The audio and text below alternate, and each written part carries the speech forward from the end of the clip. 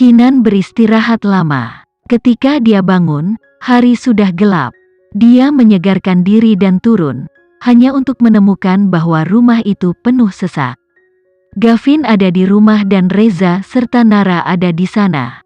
Hendra adalah koki utama sementara yang lain membantu di dapur. Ketika Gavin melihat Kinan, dia segera meletakkan piring di tangannya dan bergegas ke arahnya untuk memberinya pelukan beruang besar. "Kak, selamat datang di rumah. Aku sangat senang melihatmu." Kinan diangkat dan diputar di udara beberapa kali, dia tidak bisa menahan tawa. "Cukup, cepat turunkan aku," Kinan berteriak sambil tertawa. "Baik Nyonya." Gavin menurunkannya tetapi tetap merasa pusing. "Kak, kamu akhirnya pulang. Apakah kamu merasa lebih baik? Apakah semuanya baik-baik saja?" Kinan mengangguk. "Iya, semuanya baik-baik saja." Gavin menghentikan kegembiraannya untuk menatapnya dengan serius.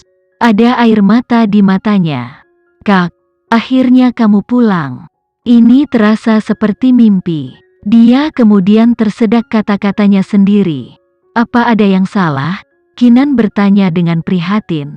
Gavin melanjutkan dengan air matanya, "Kamu tidak tahu betapa khawatirnya aku ketika kamu tidak sadarkan diri. Dan kemudian, setelah itu, ketika kamu bangun, kamu seperti orang lain. Aku sangat senang akhirnya melihatmu seperti ini. Kamu akhirnya kembali sebagai kakak perempuanku yang aku cintai." Kinan merasakan air mata menusuk matanya dan menghiburnya.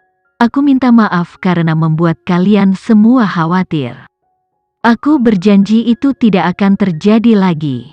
Pasti, Kak, kamu akan diberi panjang umur dan sehat selalu." "Nona Kinan, selamat atas kesembuhanmu. Aku lega akhirnya melihat kamu terlihat sangat baik secara langsung." Reza juga bergabung dalam percakapan mereka. Bukan hanya Gavin yang peduli dengan kondisinya, sebenarnya Reza juga peduli padanya. Hari ini, ketika Gavin memberitahunya tentang kepulangannya, dia mengikuti Gavin pulang. Kinan mengangguk dengan senyum ringan.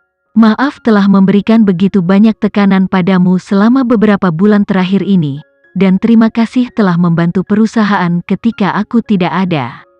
Selama kamu baik-baik saja, semuanya sepadan," kata Reza dengan ekspresi serius. Gavin menjadi wingman-nya. Kak Reza telah membantu mengelola perusahaan dengan sangat baik.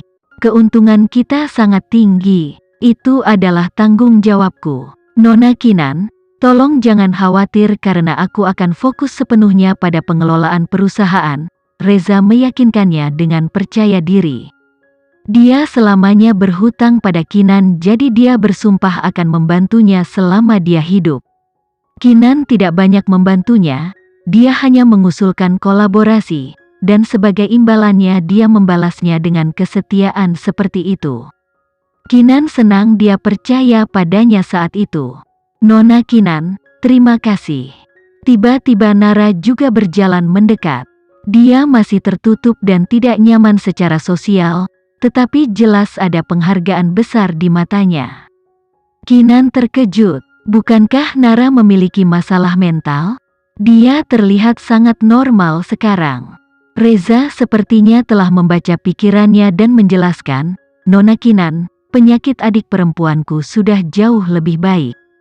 Dia masih menerima perawatan tetapi setidaknya sekarang dia dapat berkomunikasi secara normal dengan orang lain. Jika bukan karenamu, kami berdua pasti masih berada di gubuk itu. Kamu tidak tahu betapa berartinya kamu bagi kami. Terima kasih banyak." Nara bergerak maju untuk meraih tangan Kinan dan matanya berkaca-kaca. Selain terima kasih, dia benar-benar tidak tahu harus berkata apa lagi. Kinan bingung karena dia tidak tahu bagaimana menghadapi semburan emosi seperti itu. Dia menjawab dengan canggung, "Sama-sama." Reza melihat betapa tidak nyamannya dia dan dengan cepat mengubah topik pembicaraan. "Nona Kinan, untuk menyambutmu di rumah, kami sudah menyiapkan makanan yang lezat. Kamu pasti sudah lapar sekarang, ayo makan malam." Dia benar, makan malam sudah disajikan. Hendra memanggil mereka dengan gembira. Kak, ayo pergi. Gavin menariknya ke meja makan dengan gembira. Kinan melihat meja penuh makanan dan hatinya menghangat. Kak, ini semua makanan favoritmu. Kamu telah kehilangan banyak berat badan selama masa sakitmu, jadi kamu harus makan banyak hari ini untuk menyeimbangkan semuanya, Gavin mengingatkannya. Hendra juga menuangkan semangkuk sup ayam untuknya. Kinan, ini untukmu. Hati-hati, panas. Nona Kinan, ini semua adalah buatan pamanmu, jadi kamu harus menghabiskan semuanya agar tidak mengecewakannya, Reza menambahkan. Nara tidak mengatakan apa-apa tetapi masih menatapnya dengan sepasang mata yang menghargai. Kinan merasa kewalahan oleh perhatian dan kebaikan mereka. Kinan benar-benar mandiri sejak dia masih muda, dia bisa menghadapi dunianya sendiri. Karena itu, dia asing dengan konsep kehangatan manusia. Namun, dia juga mendambakannya pada saat yang sama. Melihat kamar orang-orang yang menghujaninya dengan cinta, Kinan tiba-tiba menyadari bahwa dia benar-benar memiliki kehidupan yang bahagia, dan sebagai imbalannya, dia bersedia melakukan apa saja untuk melindungi kelompok orang yang sangat peduli padanya ini. Kinan, yang selalu menjadi orang yang tidak sentimental, berkata sambil tersenyum, "Ayo makan. Tolong jangan malu-malu. Waktunya makan malam," Gavin mengumumkan dengan gembira. Saat mereka mengambil sumpit mereka, bel pintu berbunyi. Gavin penasaran. Siapa itu? Pergilah untuk melihat, perintah Hendra.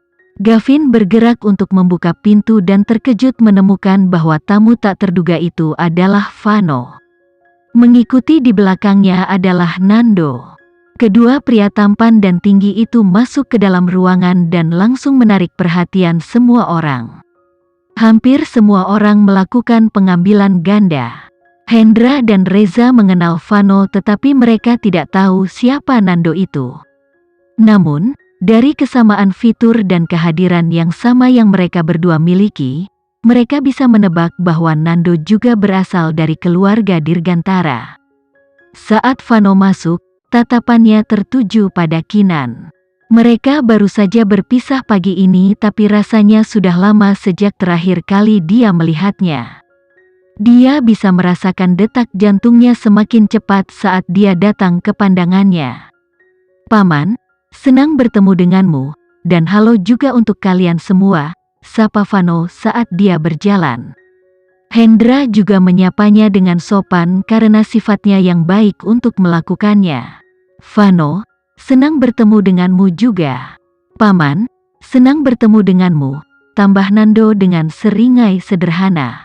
"Senang bertemu denganmu juga, tapi kau..." Hendra bingung dan Nando cepat-cepat memperkenalkan dirinya. "Saya sepupu Vano, Nando Dirgantara. Anda bisa memanggil saya Nando." "Oh oke, senang bertemu denganmu," Hendra mengangguk dengan jujur. "Kenapa kalian berdua ada di sini?" Kinan bertanya dengan rasa ingin tahu. Vano duduk di sampingnya secara alami dan menjawab sambil tersenyum. Nando bilang dia ingin berterima kasih secara pribadi. "Maaf karena mengganggu makan malammu. Sebenarnya, kakak ipar, ini tepat karena kakakku dan aku belum makan malam." Nando mengambil tempat duduk di sebelahnya dan gelar kakak ipar begitu saja keluar dari mulutnya. Kinan sedikit mengernyit dan mengoreksinya, "Panggil saja aku dengan namaku." "Bagaimana aku bisa melakukan itu? Aku khawatir seseorang akan membunuh aku karena tidak menghormatimu." "Apakah aku benar, kakak?" Nando menoleh ke Vano dengan seringai nakal. Vano mengangkat bahu dengan polos pada Kinan seolah berkata, "Aku tidak bisa menahannya." Artinya ini semua buatan Nando, dia tidak bisa berbuat apa-apa. "Kakak ipar, bisakah kami bergabung denganmu untuk makan malam?"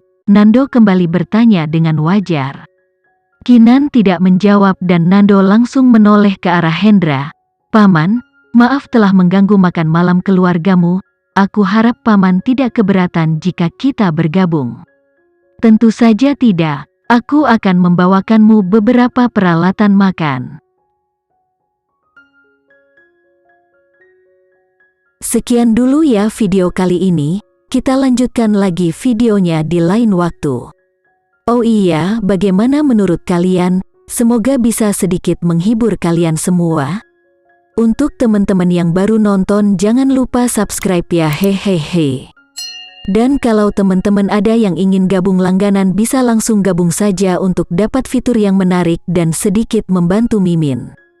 Terima kasih banyak sudah menonton, sampai jumpa lagi, bye.